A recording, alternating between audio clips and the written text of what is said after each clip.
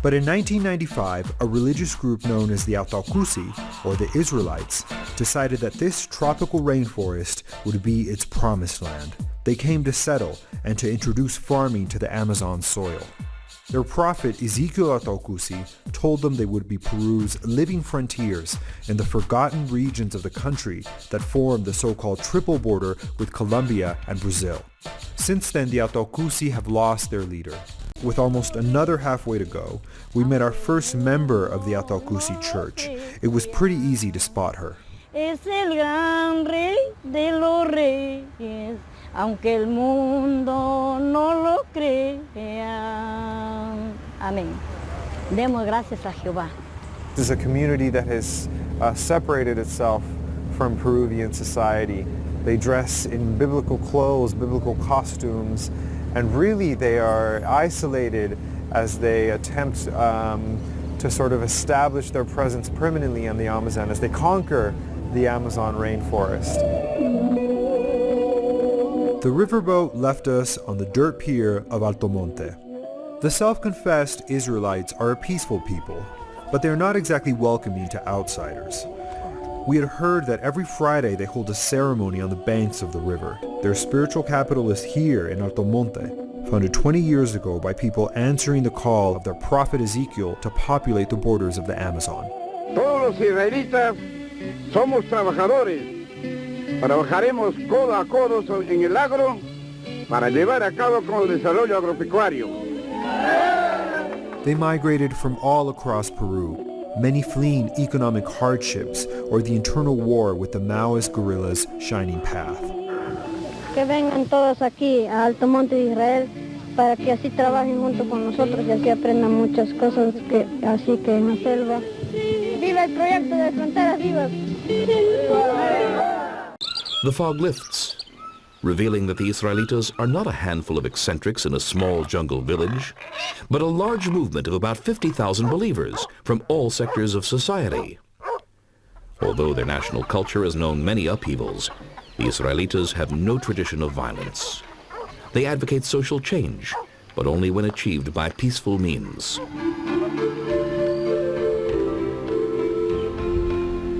The Israelitas believe in Jesus the Savior, yet they follow the law of the Old Testament.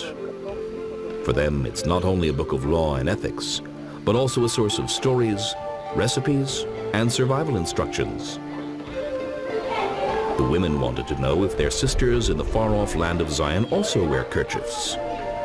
The men inquired whether Israelis also have long hair and beards the way they do. Detachment from the outside world dictates an independent way of life for the Israelitas. The jungle is a paradise where they can raise their own food and tend to all their needs.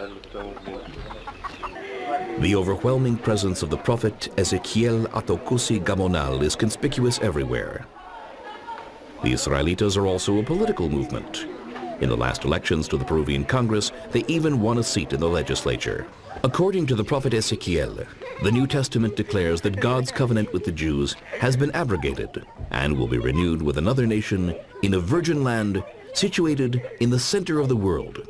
Every child knows that the center of the world is Peru, and what land could be more virgin than the jungle? The Israelitas don't go anywhere without their Bible, in a zipper binding to protect it from tropical rains. They quote the Bible on every occasion, and their expertise approaches that of rabbinical scholars.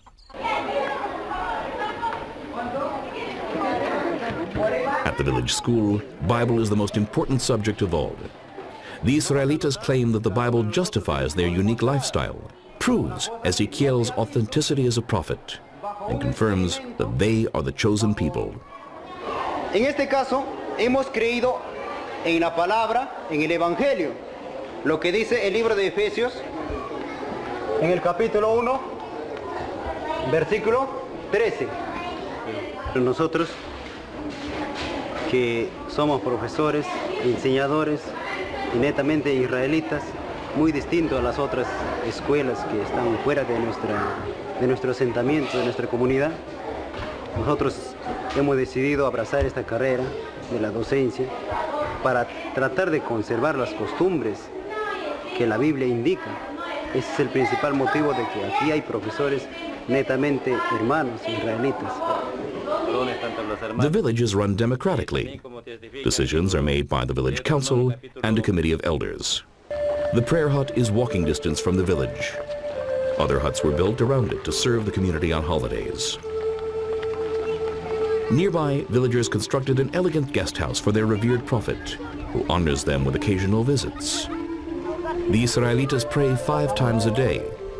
They participate in pilgrimages on the holidays of Tabernacles, Passover, and Pentecost, observe the sanctity of the 7th day, and do not place graven images or icons in their houses of prayer. Nuestro pan cotidiano y perdónanos, así como nosotros perdonamos a nuestros deudores. No nos metas caer en tentación, líbranos de todo mal, porque tuyo es el reino, el poder y la gloria por todos los siglos. Amén. Bendito Jehová Altísimo Señor. The Israelites have many differences of opinion with mainstream Christianity.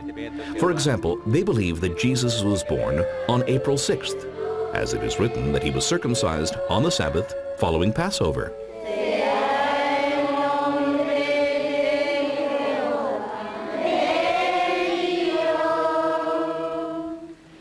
Today, there are dozens of Israelitas communities in the jungles. In the future, the prophet plans to disseminate his doctrine throughout South America, gradually bringing his message to all humankind.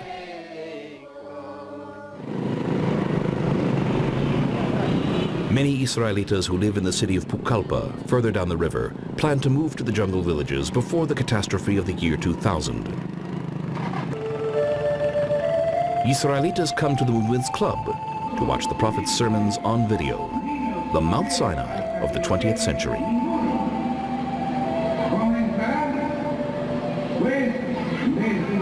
The Israelitas' political party is called FREPAP, a Spanish acronym for the Peruvian Popular Agricultural Front. Their symbol is a fish, recalling Jesus' first miracle before the fishermen at the Sea of Galilee, and the age of Pisces that mankind is now experiencing, to be followed by the age of Aquarius, the era of cosmic love. We ought to meet the man who claims to have seen God on 3 occasions. Ezekiel's hometown is a very important ritual site. Here, the 3rd temple is under construction. The Israelitas believe that Peru is the new Zion. Here they are building their temple according to the prophet's precise plans. Under the difficult political conditions, numerous accusations have been leveled against the prophet, and contributions have declined, slowing down construction. Lamentablemente acá en nuestro país hay muchos intereses políticos, muchos intereses por parte de inversionistas. Nosotros en absoluto nunca hemos tenido ningún problema con la comunidad judía. Lamentablemente el dueño del canal profesa la religión judía y para ellos es algo deshonroso que nosotros llevemos esa congregación Israel como una doctrina. Es por eso que tuvieron una finalidad de desmantelar, desequilibrar toda la institución. Gracias a Dios hemos logrado contrarrestar toda esa campaña. Ahora se está descubriendo que todo es falsedades. This is the prophet Ezekiel. Can we recognize a holy man? Do not steal, do not lie, and do not be lazy. These are the 3 basic ancient laws of the Indians. Ezekiel added another 10 commandments. No lo hacen lo que dice. Entonces así estaba informando. En eso, claro que vi, entonces el Espíritu Santo me dice, siéntate, me dice, y me senté. Entonces el Padre se levanta y me dice, primero me dice, Ezequiel, anda a la biblioteca, sácame una cartulina, me dice. Y yo entregué, entonces me dice, siéntate en la mesa y vas a escribir los 10 mandamientos. Pero en un momento me dice, entonces, está en el cielo. Él es alto, un poco más alto, pero maceta. Is this genuine faith or mere mass hypnosis? Juntaos todos vosotros y oíd. ¿Quién hay entre ellos que anuncie estas cosas? Jehová lo amó el cual ejecutará su voluntad en Babilonia y su brazo en los caldeos. ¿Ah? Su brazo. Ahora va a conocer el brazo. The Israelites observe all biblical commandments. These newborn infants will be blessed and then registered in the community records, a spiritual substitute for circumcision. Although they consider themselves Christians, the Israelites have many Hebrew customs. They observe a fast one day a year and call God by his explicit Hebrew name.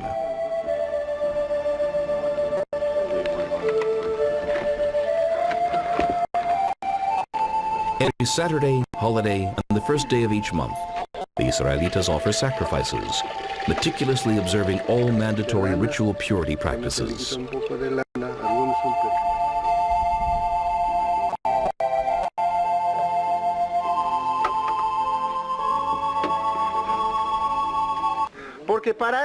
Sermons at the prayer hut take on a kind of Hyde Park atmosphere. It is difficult for us to understand the flow of associations that brings the speaker from one quotation to another.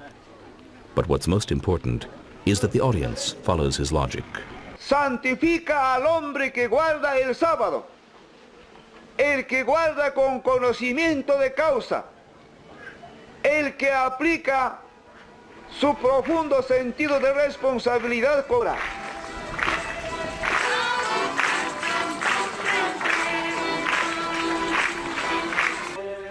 Their powerful love for their Bible, people, and soil is indeed impressive.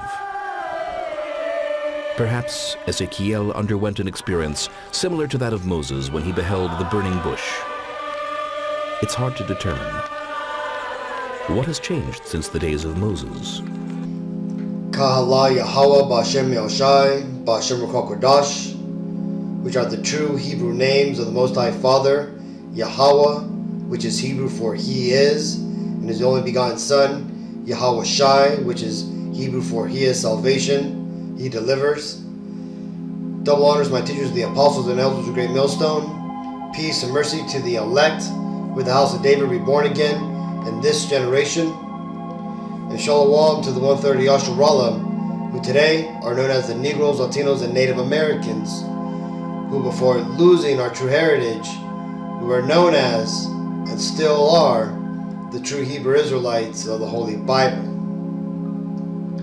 In today's lesson, we're going to talk about the tribe of Asher, and we're going to get into how today the tribe of Asher makes up the Colombians, Bolivarians, the Brazilians, the Ecuadorians, the French Guianans, the Guyanese, the Peruvians, the Surinamese, the Ugarians, the Paraguayans, and the Venezuelans. But before we get into that, let's read this. This is Romans 10:2. For I bear them record that they have a zeal for God, but not according to knowledge. The tribe of Asher is one of the 12 tribes of Israel. Asher, when you get into who he was and who he came from, you could go to this infograph here and you can see that Asher comes from the wife Ziplah, who was Leah's handmaiden. Okay, so our forefather Jacob had laid with Ziplah, and from Ziplah comes Asher. Now Asher, his direct brother, or his closer brother I should say, is Gad, that of the Native American Indians. This is why these two nations, they have similar traits as far as their phenotype, how they appear. Now Asher, like I said, basically makes up the northeast part of the South American continent. Okay, like I said again, the Colombians, Venezuelans, the Guyana, let me zoom in here real quick, Guyana, Suriname, French Guiana, Brazil, Uruguay, Paraguay, Bolivia, Peru, and Ecuador. Okay, these are the Asherites. And the video we just watched was a combination of multiple videos referencing the Israelite movement in Peru. Now, this Israelite movement, namely, is located right here in the top of Peru, but it basically takes in all of the people from up here. Okay, there's a lot of Brazilians and Colombians, Venezuelans in this organization. Now, first and foremost, I want to make it clear that though what we watched was very moving and it was beautiful to watch, that our people are coming back to our knowledge, unfortunately, those people do not have the full truth. Okay, and that's because they had incorporated man-made religion into their truth. Now, they had some of the truth, but not according to knowledge, right? You've seen in that video that they were eating rabbits, that they had long hair because they believed God had long hair.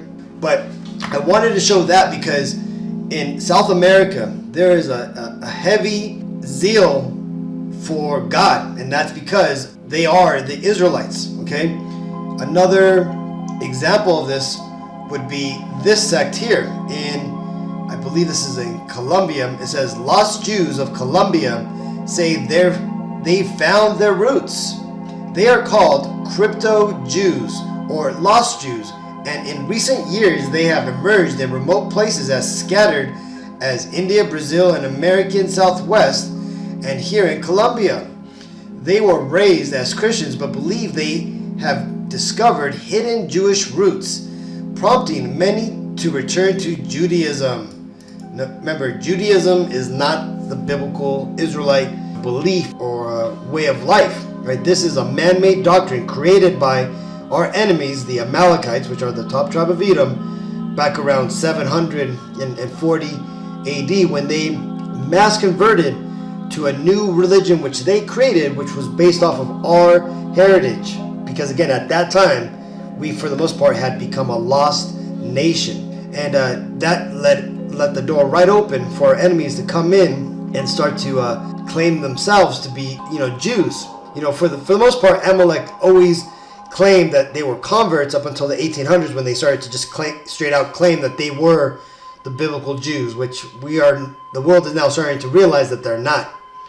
Well, let's get back to this. It says, many say their ancestors were Sephardic Jews. Now, Sephardic Jews, if you're unaware, are the Israelites of the southern kingdom that fled into the world after the 70 AD destruction of Jerusalem. Okay, they went up to Europe, they went down to Africa, they got taken to Rome as slaves, like I said, and eventually came up and took over Rome, and then that eventually led to the creation of the Middle Age Europe with the Byzantine Empire, the Holy Roman Empire.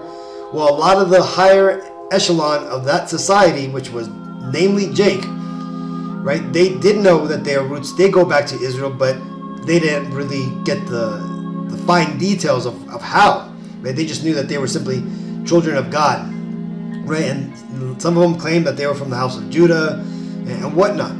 Well, those would be referred to today as the Sephardic Jews, right? The scattered Jews.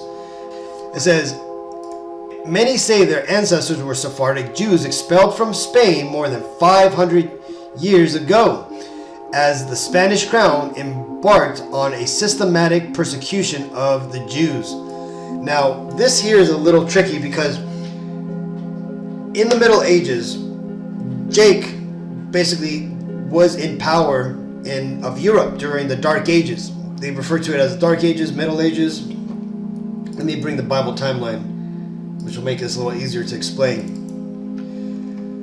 So what happened is, like I said, 70 AD, you have the destruction of Jerusalem by the Romans, okay? And 1 million Israelites, it's estimated, fled into Africa. And these ultimately stayed there and ultimately were taken into slavery through the sub-Saharan slave trade, and would eventually become Moors, or just got scattered throughout the Silk Road exchanges all the way throughout the East, all the way to Japan, which is why you hear about like the black samurai and the black Chinese. but the other Israelites who ultimately got taken to Rome, which you could read about in the historic accounts of Josephus, they eventually came up in society. They won or bought their freedom, and they eventually came up. Nerva was one of these Israelite who had became Romans and had come up. There's a movie, an old ancient Hollywood movie back in the 50s. It was called it had a number, like a Roman number to it. It was an old big time Roman movie where Nerva was one of the generals in that movie. But of course they depicted him like an Edomite. But Nerva was the first so-called black emperor. Well, after Nerva made emperor, that sort of opened the door for Jake to be emperor. Now eventually you have this emperor called Septimius Severus. Septimius Severus was the first so-called black man or Israelite, right, of the southern kingdom of prominence who basically took over Rome, okay? And when he had taken over, the reason why he's called Septimius Severus is because he had killed the 7 previous emperors, right? Basically Septimius Severus means a cutter of 7. And here you can see, fresco of him and his 2 kids. One, got erased out of it, but you can clearly see he was so-called black man. Well, eventually what happened is the line of succession goes down, and you then get the Judite or Southern Kingdom Israelite Constantine the Great, who comes in, rearranges Rome, and basically establishes a one God worshiping order, and he also sets up the Vatican. Now this eventually made it, for the most part, a hostile environment for these Edomites, kind of just how America is becoming hostile to these so-called white people, right? They're feeling persecuted, and eventually they fled up to the Caucasus Mountains. Well, that being said, Jake, being left to his devices in Rome, he ultimately had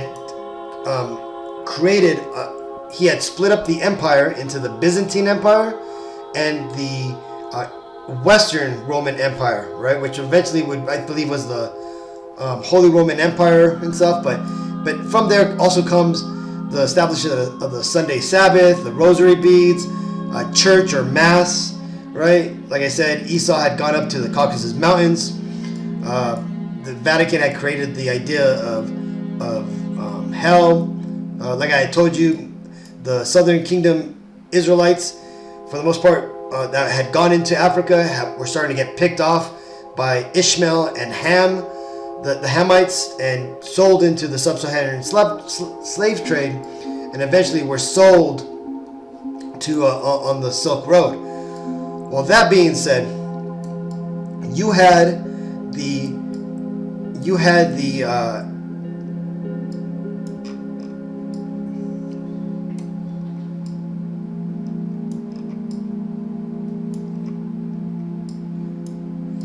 we finally get to the point of why I went through all that history, right? You get to 7040 AD, where you had Amalek, which is the top tribe of Edom, right? Which were those pagan Romans that had fled up to the Caucasus Mountains and stayed there for about 1,000 years. But they had slowly started to come out. Now, Amalek himself, he settled in the base of the Caucasus Mountains, known as Khazariah. And he, while he was there, was a fucking devil.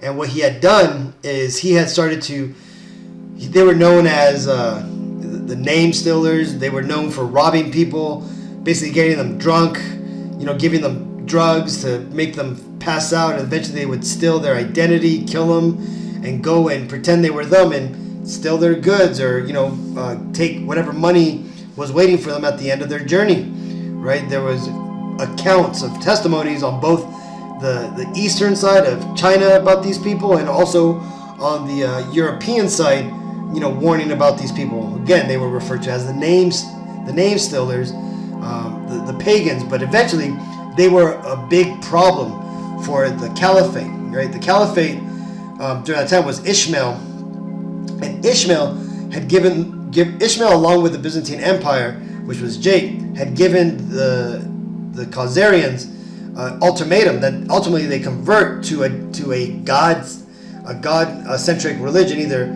Islam or Christianity, or they would be destroyed. Well, they eventually decided to go with another religion, a religion of their own, based off of the heritage of the, by then, lost Israelites, okay? And they then took that upon themselves. Now, eventually, 200 years after they had converted, the Russians, back then known as the Rus, had come in and destroyed the Khazarians, okay? And when that happened, a lot of these Khazarian Jewish people fled into Europe because that's where their Jewish brothers were at, right? They knew that the houses of the elites and, you know, the Spanish Empire, and that they were, and also Europe, that they traced their lineage back to Israel. So these converts, these Amalekite converts, decided to go into Spain because they could meld in with their fellow, religious brethren. Okay, but what had happened is Amalek did what Amalek does, and he started to destroy the civilization. Right, this is where you get the Black Death and stuff. Right, the plagues that came in. A lot of people had claimed, and with very good allegations and evidence, that Amalek and these Edomites were basically poisoning wells and rivers and causing tons and tons of disease on purpose, and that ultimately led to 1/3 of 20 million people in Europe dying, right? Basically a third of the people dying off, and that again opened the door for Edom to come back into power. And when they came back into power, that's where you had the Renaissance come in, right? And when the Renaissance came in, these devils basically rewrote all the paintings, the history, everything that they could get their hands on there in the land of Europe, right? They covered the faces of the judges, okay? Now, that being said, when this started to happen, they started to come into power. You still had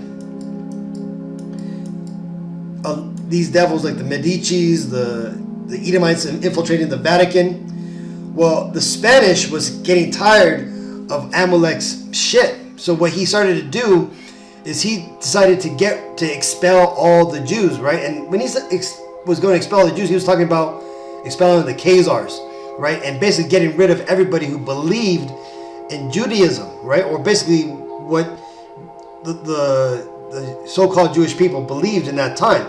And that is where the persecution of the Jews came from. Now, a lot of people of our nation, right, the Israelites, that came from the southern kingdom of Israel, they fled Spain, okay? And a lot of them, when they fled Spain, they came to the New World. This is why Columbus, he brought over a lot of translators. I think it was like 5, and then even the voyages after that, a lot of the Jakes who were still practicing their heritage, right, that of the Israelites, they came to the New World, and a lot of them settled amongst the other nations here, okay? So that's why, we say that a lot of when the Europeans came over here, right, they weren't all, Edomites. A lot of them, there was a lot of Israelites amongst them, a lot of Israelites from the southern kingdom, which had already mixed in and had basically mixed in with the other nations around, and for the most part looked like Spanish people, Mexicans, okay? And we could see this by looking at this, right? This here is a painting of the kings of Peru, or I'm sorry, the Inca Empire, okay? Because again, all these kingdoms here, for the most part, all descend from in the southern America, descend from the Inca Empire, okay? The Inca Empire was mostly on the west coast of South America, but after the destruction by Pizarro, right? He was one of these Spanish conquistadors. He came over and stuff, and he basically conquered them and destroyed them, and did the exact same thing as what happened to the Aztecs, right? The northern southern kingdom. Now, that being said, here's a painting of the Inca kings, okay? And you can see they all looked so-called black, okay? And this is why we tell a lot of, Israelites who say that the blacks were already here, that America is that so-called Negroes are native to America. No, they are not. Okay? The blacks that were here that you think are the American Negroes, those were the other tribes. Those are the Northern Kingdom, the so-called Latinos and Native Americans. This is how they look like. Okay? This is how your South American, Indian appeared. Like so-called black people, so-called Negroes. Okay? But they were not of the Southern Kingdom. They weren't so-called Negroes. They were the Northern Kingdom Israelites, okay, of the respective tribes. Now, again, when you go here, you can see how right here, Carlos Quinto, he was the first son of the, after the kings of Peru or Inca. They started going from here, and you can see they started getting lighter, okay? And this here is pretty much the story of South America, right? Basically the Latinos and the Native Americans, okay? Now, that being said, Salakia, I know I'm going long in this lesson, but there's so much to cover for the tribe of Asher just because it's such a huge tribe and there's so many tribes that are involved in it, okay? But again, all this here revolves around those nations that I had spoken about. Now that we've gotten that covered, let's talk about how these Northern Kingdom Israelites got over here to America, okay? And let's explain how those Peruvian Israelites were wrong when they said that they were not the biblical Israelites. Let's explain how they are the biblical Israelites, which is why they have that zeal for God, but unfortunately not according to knowledge. Well, when we get into 2nd Ezra 13 and 40, it tells you about the Northern Kingdom coming over here to the Americas. First going into captivity, and then coming over here to the Americas. It says, 2nd Ezra 13 and 40, those are the 10 tribes which were carried away prisoners out of their own land in the time of Hoshea, the king, whom Salmanasar, the king of Assyria, led away captive. And he carried them over the waters, and so came they into another land. And that here is talking about when the Northern Kingdom, which again are the really it's 9 tribes, but you also got Levi amongst them, right? Which is why they refer to it as the 10 tribes. Because again, some Levites went with the Northern Kingdom, some Levites went with the Southern Kingdom. Okay, remember, Levi was living amongst all the nations, and though it tells you that, or tells us that Levi got pushed out of the Northern Kingdom because Jeroboam didn't want him to lead the other Israelites away. He still stayed there. A lot of them still stayed amongst the Northern Kingdom Israelites. Now that being said, what we just read was the destruction of the Northern Kingdom by the Assyrian armies. If you want to kind of read a little bit more about what happened, you can go and read the book of Judith, which is found in the Apocrypha. And this is the story when the Assyrians first tried to come up against the Northern Kingdom, but the Lord gave us a little bit of mercy, and he ultimately had destroyed the Assyrians by the hand of Judith, who was a Simeonite Israelite, Simeon being modern day Dominican Republican. But the point being is that right there is talking about when the Israelites got carried away out of the Northern Kingdom of Israel, and then they got taken to the land of Assyria, okay?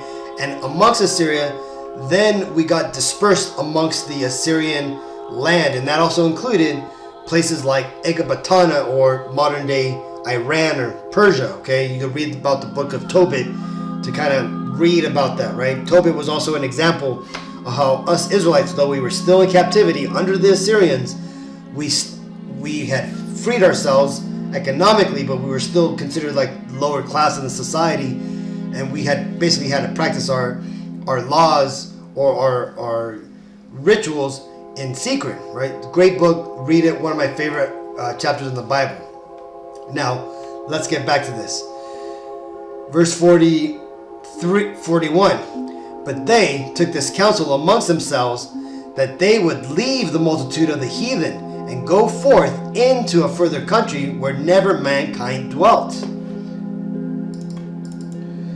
And that right there is talking about when the Israelites, after we had been in captivity for about 100 years under the Assyrians, that the Babylonians came and ultimately conquered the Assyrians.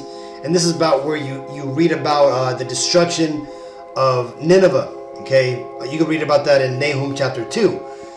When Assyria was conquered by the Babylonians, us northern kingdoms, we were for the most part free. And as we read, right, we had taken a counsel amongst ourselves to basically go to a new country to keep the laws which we didn't keep in the northern kingdom of Israel. And we really couldn't go back to northern Israel, because what happened is that when the Assyrians took us northern kingdom Israelites, the Latinos and Native Americans, out of that land about 700 AD, he had put in other heathens in that land, right? He had put in, they're known as the Kuthites, basically Persians, right? He had put them in that land, so we really couldn't go back to that land because we'd have to fight them, and we were in no shape to fight. So some of us went down to the southern kingdom of Israel, and you can read about that in the New Testament. You'll read about women from the tribe of Asher and other tribes amongst the apostles in the southern kingdom. But the majority of us, you know, the ones that didn't go into the other parts of the world or the known world at the time, right? You know, around the Silk Road or into Persia and whatnot, we decided to come over here to the Americas. All right, and let's go and read about that. Continuing, 42, that they might there, right, in this new land, keep their statutes which they never kept in their own land, for they entered into the Euphrates by the narrow passages of the river, for the Most High then showed signs for them, and held still the flood till they were passed over. For through that country there was a great way to go, namely of a year and a half, and the same region is called Azareth, right? And this blue line here represents that path that the Northern Kingdom Israelites, Latinos and Native Americans took to get over here, right? I believe it's the Navajo have a ancient folklore or folk story that talks about the turtle boats, how we came over in these turtle boats, or how their ancestors came over in these turtle boats, which were basically these boats here, which had, you know, coverings on the top. Okay, and as you heard in the earlier video of this lesson, they said that a lot of them believe that they came over through the frozen up here where Alaska and Russia are, right? They believe that there was a frozen bridge there, but that's not the way we got there. Okay, and the reason that's not true is because there's no archaeological evidence, and most importantly, the Bible doesn't say that. Okay, the Bible says that we came over the waters. Okay, and this is the water that the Lord had to still, because here in this area, the Atlantic Ocean is referred to as Hurricane Alley, and it's very treacherous to go through. Okay, so also you hear about other testimonies from the native indigenous, from their testimonies saying that their ancestors came over the sea from where the sun rises, right? Aztlan, the story of the Aztecs, right? The tribe of Issachar confirms this. Well, that being said, this is how we got over here. Now, this is ultimately was a punishment for us Israelites, okay? And we came over here because it was a prophecy that we would come over here. That right there, that prophecy is spoken about here, right? Deuteronomy 28:68. And Yahweh shall bring thee into Egypt again with ships by the way whereof I spake unto thee. Thou shalt see it no more again, and there ye shall be sold unto your enemies for bondmen and bondwomen, and no man shall buy you, which buy really means redeem you. Okay, and that's how the southern kingdom, or I'm sorry, excuse me, the northern kingdom came over here to the Americas. And we stayed over here for close to about 2,400 years before the Lord brought over the southern kingdom of Israel, okay? And this is what I wanted to talk about.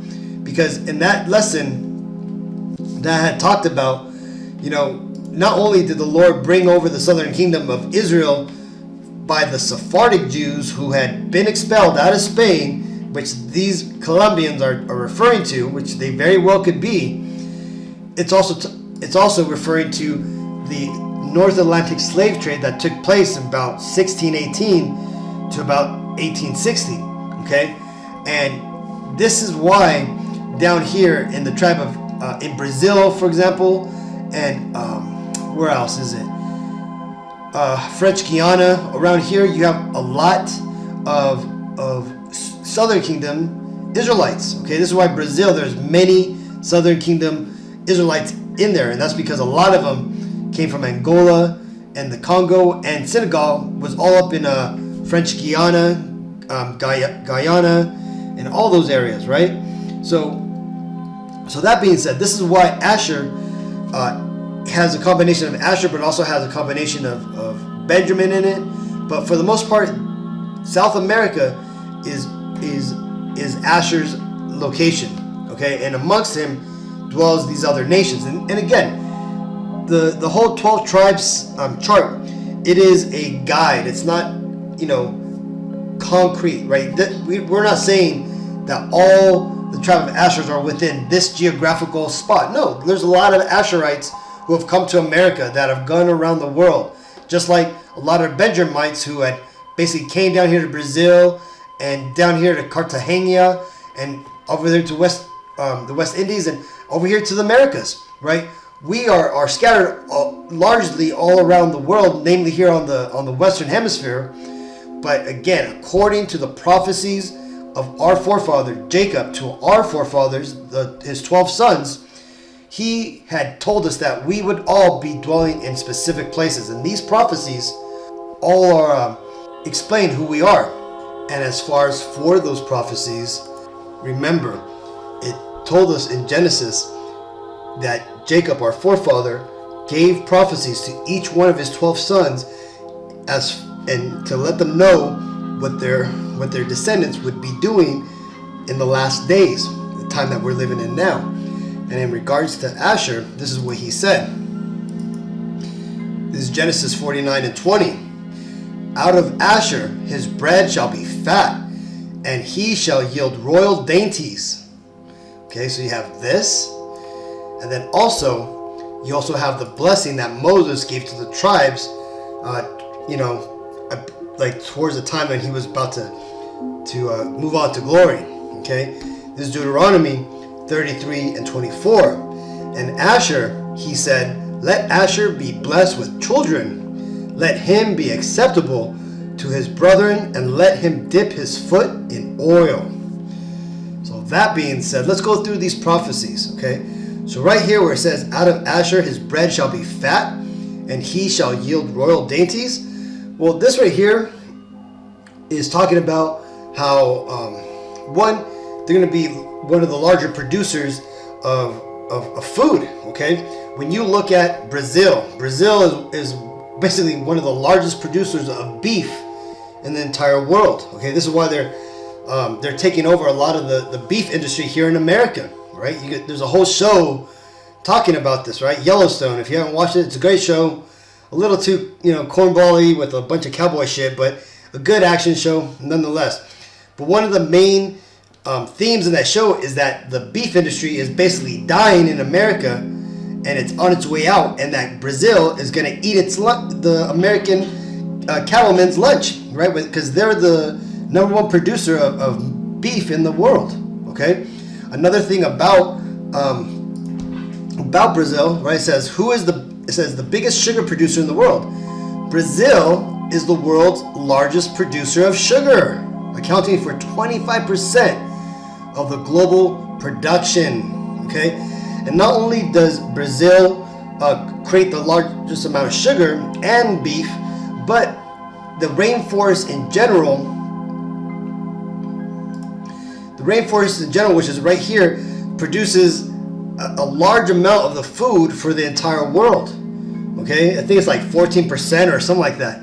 So this is what it means by his bread shall be fat, and that he shall create royal dainties. Okay, because remember, one of the big things about, again, Brazil is that, or should I say Asher's, that's right, is that they have this yearly festival referred to as Carnival. And Carnival, besides it, being popularized for all its, parades and its, the dancing women and everything, it's also known for its lavish foods and like all the chefs that go there, and they put on these big elaborate meals, okay?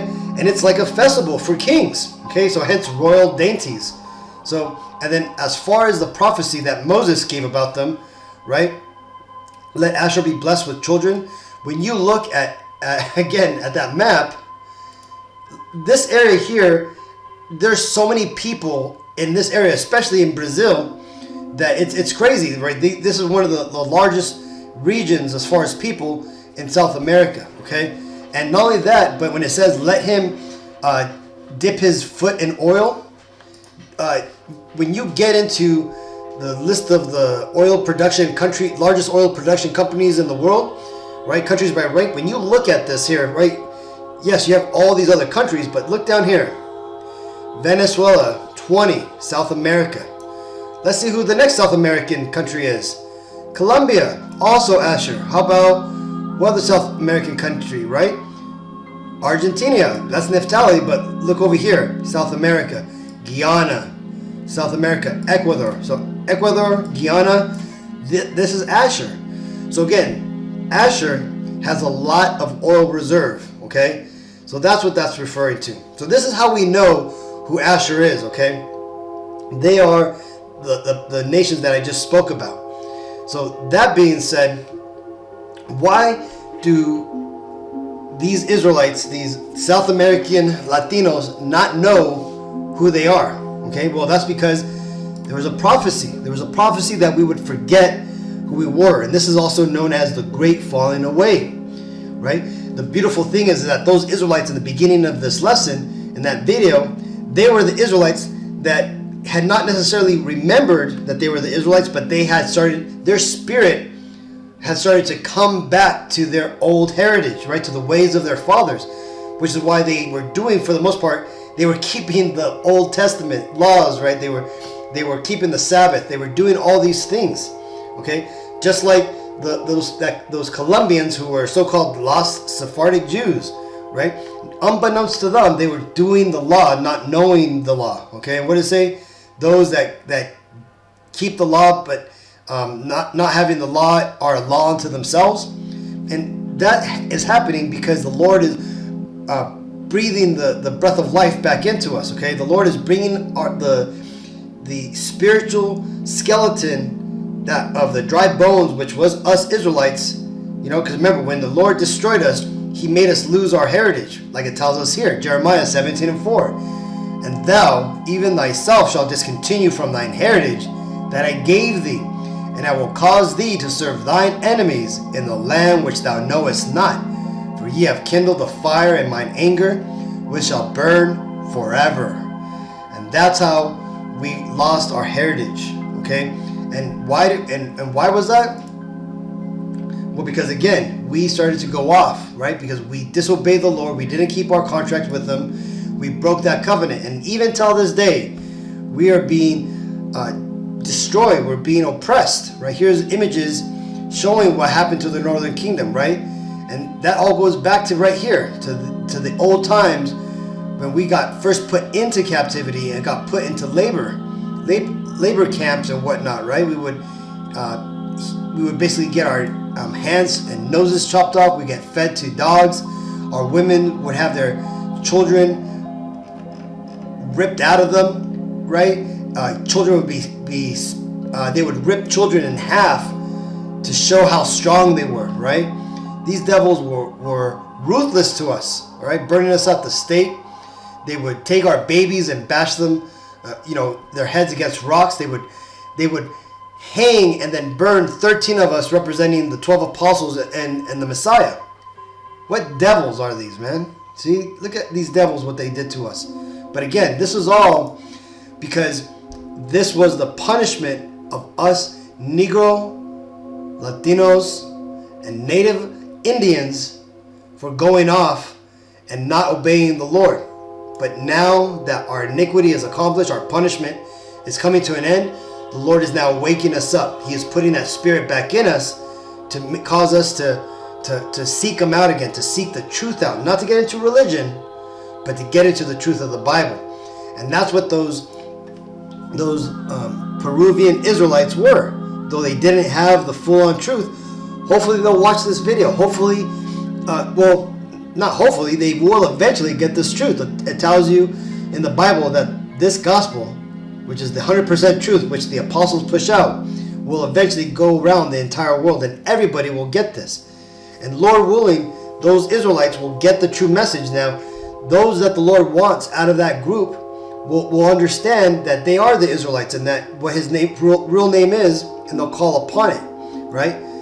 But again, that's all up to the Lord if he's going to have that mercy on them. Now let's read this. This is Baruch 4 and 6.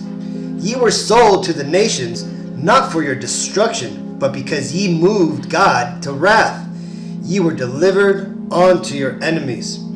So all this judgment, all that destruction that came upon us, that all happened because we were wicked and we went off, and the Lord ultimately had to cause prophecy to play out. And that's how prophecy, happened, right?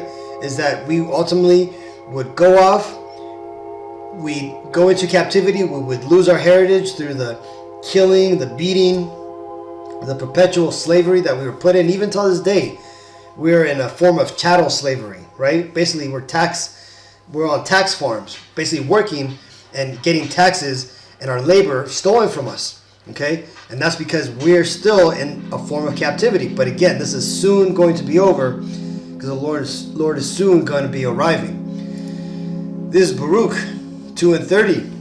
For I knew that they would not hear me, because it is a stiff-necked people. But in the land of their captivities, they shall remember themselves. And that's what's happening, right? We're remembering that we're the Israelites because we're coming back to our old heritage, right? And that's because the Lord is putting it on our spirits. And he's waking up people like the apostles, right? And even men like the guy who started that Peruvian Israelite movement. Now, he ultimately wasn't right. I think, he went off and said that the world was going to end in 2000, that video, by the way, was before the year 2000, which is why the narrative of the video was talking about the upcoming year 2000 destruction. Now, I wonder how many of those Israelites stayed around, because again, the whole 2000 year destruction was a major shake-off for a lot of Israelites, right? The Lord, swept out the Israelites who weren't worthy, and only those who are true to this truth managed to stay, both down there in Peru, amongst that group, and even up here in Babylon the Great, America, right? You had a lot of Israelites in the One West camp thinking that the year 2000 was the year that the Lord was going to come back, and that ultimately came from the heads of the One West school, right? I think Arya and basically the heads had taught that, and ultimately that got taught down to the lower leaders, and even even our apostles were pushing that, but that was because they were being told that's how it was. But again, that we now know that was a method to get rid of a lot of the hanger-ons and the people who weren't worthy. It basically shook them out. Okay, so enough of that. Let's read this. This is Jeremiah 30 and 3. For lo, the day comes, saith Yahweh B'Shem Shai, that I will bring again the captivity of my people, Israel, the northern kingdom, and Judah, the southern kingdom, saith Yahweh B'Shem Shai, and I will cause them to return to the land that I gave to their fathers, and they shall possess it. And that's what we're soon coming up upon, Akim. Right, we have only a few prophecies left, right? The mark of the beast being initiated, World War III kicking off, and then the Lord's going to show up, right? We still have to go through Jacob's trouble, which it is at the door, right? When TJD gets in office, man, that shit's going to, kick into overdrive, because he's going to try to get out all these immigrants. And guess who these immigrants look like? They look like us Israelites, okay? And that's going to be the reason why they're going to bring in the digital IDs. They're going to bring in the reason for you to show your papers when you travel. I think they're saying that to fly in 2025, they're going to require a digital ID. So it's going down, Hakim. This is Romans 13 and 11. And that knowing the time, that now is the high time to awake out of sleep, for now is our salvation nearer than when we believed. So hopefully this video was edifying, Akim. Hopefully I was able to break down the tribe of Asher and how it is the Bolivians, the Brazilians, the Colombians, the Ecuadorians, the French Guianans, the Guyanese, the Peruvians, and Surinamese, and the Ugarians and the Venezuelans, right? So, with all that, let's give all honor and glory and praises to Yahweh, Ba'Shem Yahushai, Ba'Shem Ruach HaKodesh. Shalom.